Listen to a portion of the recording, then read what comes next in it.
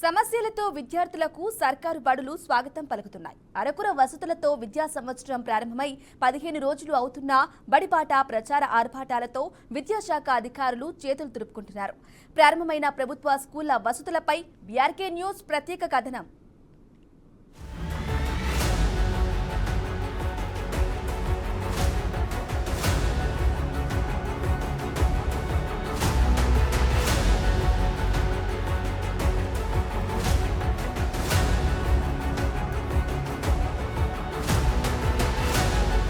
నిజామాబాద్ జిల్లాలో ప్రైవేటు పాఠశాలకు దీటుగా ప్రభుత్వ పాఠశాలను తీర్చిదిద్దుతామన్న అధికారుల మాటలు ఉట్టువయ్యాయి. జిల్లాలో విద్యాశాఖ అధికారుల అలసత్వంతో నీటి మూటలుగా పరిస్థితి నెలకొంది. జిల్లాలో చాలా వరకు ప్రభుత్వ పాఠశాలలో విద్యార్థులకు కావాల్సిన మౌలిక వసతులను అందించడంలో అధికారులు పూర్తిగా విఫలమయ్యారని విమర్శలు వినిపిస్తున్నాయి. ప్రభుత్వాలు మారినా ప్రభుత్వ పాఠశాలలో చదివే విద్యార్థుల తలరాతలు మాత్రం మారడం లేదు. ఏ ప్రభుత్వం వచ్చినా ప్రభుత్వ పాఠశాల స్థితిని మారుస్తామని చెప్పి పేర్లు మార్చి నిధులు వెచ్చిస్తున్నారే తప్ప విద్యార్థులకు కనీస సౌకర్యాలు కూడా అందడం లేదు.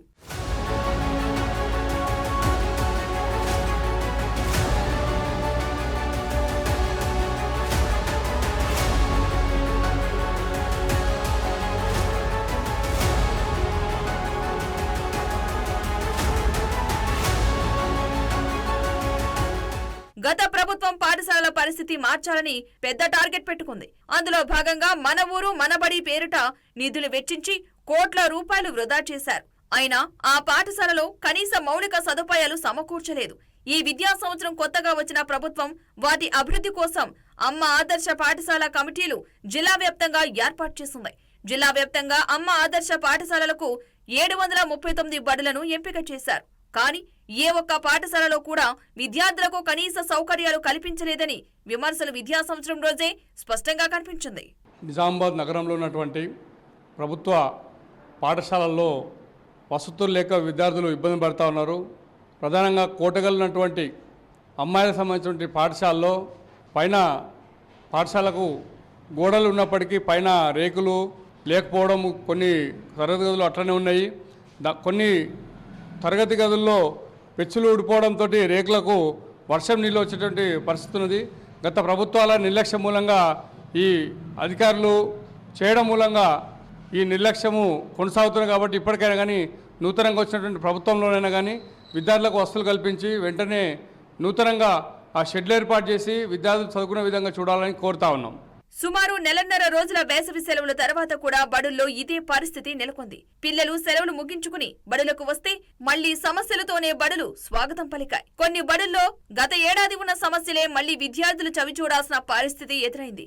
అమ్మ ఆదర్శ పాఠశాల కార్యక్రమంలో భాగంగా బడులు పునఃప్రారంభమయ్యేలోగా పూర్తి చేయాల్సిన అభివృద్ధి పనులు ఇంకా అసంపూర్తిగానే మిగిలాయి. మరుగుదొడ్లు, కిటికీలు, తలుపులు లేని తరగతి గదిలో విద్యార్థులు ఎలా విద్యను అభ్యసించాలని జిల్లా విద్యాధికారులను ప్రశ్నిస్తున్నారు స్థానికులు.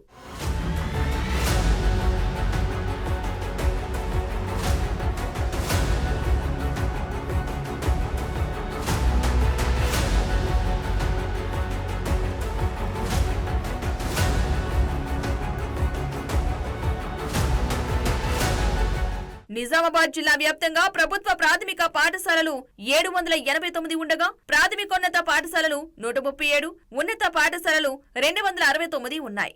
అయితే మొత్తంగా ఈ ప్రభుత్వ పాఠశాలలో మొత్తం 1,12,000 మంది విద్యార్థులు ప్రభుత్వ బడుల్లో ఈ సంవత్సరం విద్యను అభ్యసిస్తున్నారు.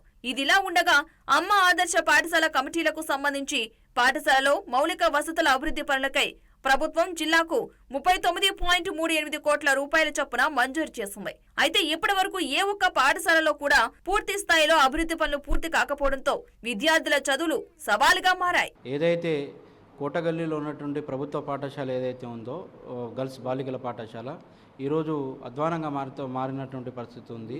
గత ప్రభుత్వం ఏదైతే బీఆర్ఎస్ ప్రభుత్వం ఉందో బీఆర్ఎస్ ప్రభుత్వ హయాంలో చాలా సందర్భాల్లో మేము ఏఎస్ఎఫ్ విద్యార్థి సంఘంగా ఇక్కడ ఉన్నటువంటి ప్రజాప్రతినిధులకైనా సరే, ఉన్నటువంటి స్కూల్ కమిటీకి అయినా సరే, అదేవిధంగా విద్యాశాఖ అధికారులకైనా సరే ఎన్నో సందర్భాల్లో చెప్పడం జరిగింది. అయినా ఈ ప్రభుత్వం గత ప్రభుత్వం పట్టించుకోకపోవడం వల్లనే ఇవాళ ఆ స్కూల్ పరిస్థితి అధ్వానంగా మారినటువంటి పరిస్థితి ఉంది.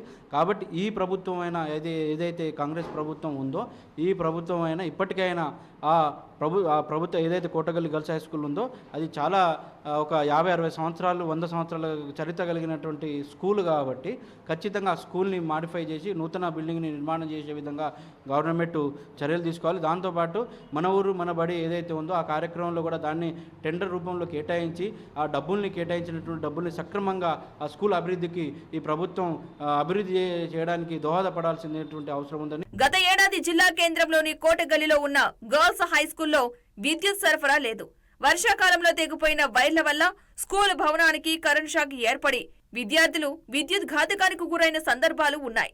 అయినప్పటికీ జిల్లా విద్యాశాఖ అధికారులు వారి నిర్లక్ష్యం మూలంగా ముందస్తు జాగ్రత్తలు కనీసం తీసుకోకుండా తూతూ మంత్రంగా ప్రభుత్వ పాఠశాలలను అరకొరక వసతులతో ప్రారంభింపచేశారు. ప్రచార ఆర్భాటాలతో మమా అనిపించి చేతులు దులుపుకున్నారు. ఈ పాఠశాల పరిస్థితి ఇలా ఉంటే నిజామాబాద్ నగర శివారులోని గోపనపల్లిలో గల ప్రభుత్వ ప్రాథమిక ఉన్నత పాఠశాలలో గత సంవత్సరం వర్షాకాలంలో వర్షపు నీటికి పూర్తిగా పాఠశాల మునిగిపోయింది. అయినా కానీ ఇప్పటికీ కూడా ఆ పాఠశాలకు విద్యాశాఖ అధికారులు మరమ్మతులు మాత్రం చేయించకపోవడం శోచనీయం.